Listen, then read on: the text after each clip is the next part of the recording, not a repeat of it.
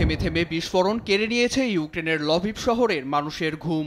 একাধিক Russian drone ও ক্ষেপণাস্ত্রের আঘাতে রোববার অঞ্চলটিতে হতাহত হয়েছেন বহু মানুষ। কিয়েভের আকাশ প্রতিরক্ষা ব্যবস্থা ফাঁকি দিয়ে উত্তরে অবস্থিত সামির রেলওয়ে স্টেশনেও চলে ড্রোন হামলা।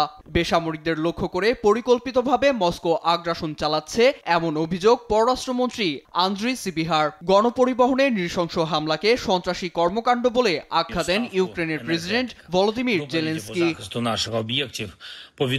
আসন্ন শীত মোকাবেলায় ব্যস্ত দেশটির খার্কিভ ও পোলতাভা অঞ্চল। ঠিক এই মুহূর্তে অঞ্চলগুলোর একাধিক গ্যাস ও জ্বালানি স্থাপনায় ৩৫টি ক্ষেপণাস্ত্র ও ৬০টি ড্রোন ছুড়েছে মস্কো।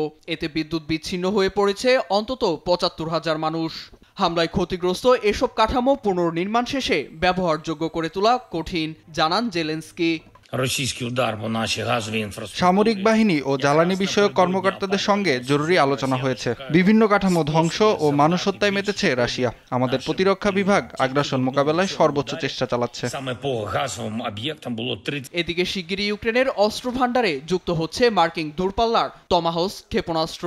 ২৫০০ কিলোমিটার পথ পাড়ি দিতে সক্ষম মারণাস্ত্রটি কিয়েভের হাতে পৌঁছালে ওয়াশিংটন মস্কোর সম্পর্ক ধ্বংস হবে বলে সতর্ক করেছেন রাশিয়ার প্রেসিডেন্ট ভ্লাদিমির পুতিন।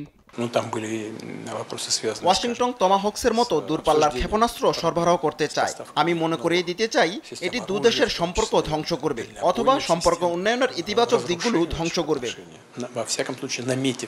অন্যদিকে রাশিয়ার ড্রোন আগ্রাসনের জেরে আকাশ প্রতিরক্ষা ব্যবস্থা বাড়িয়েছে পোল্যান্ড। পশ্চিমার্ধের সামরিক জোট ন্যাটো ও মিত্রবাহিনীর সহযোগিতায় F-16 যুদ্ধবিমান মোতায়েনের কথা জানায় দেশটি। নীরব দাস, নিউজ ডেস্ক, দেশ টিভি।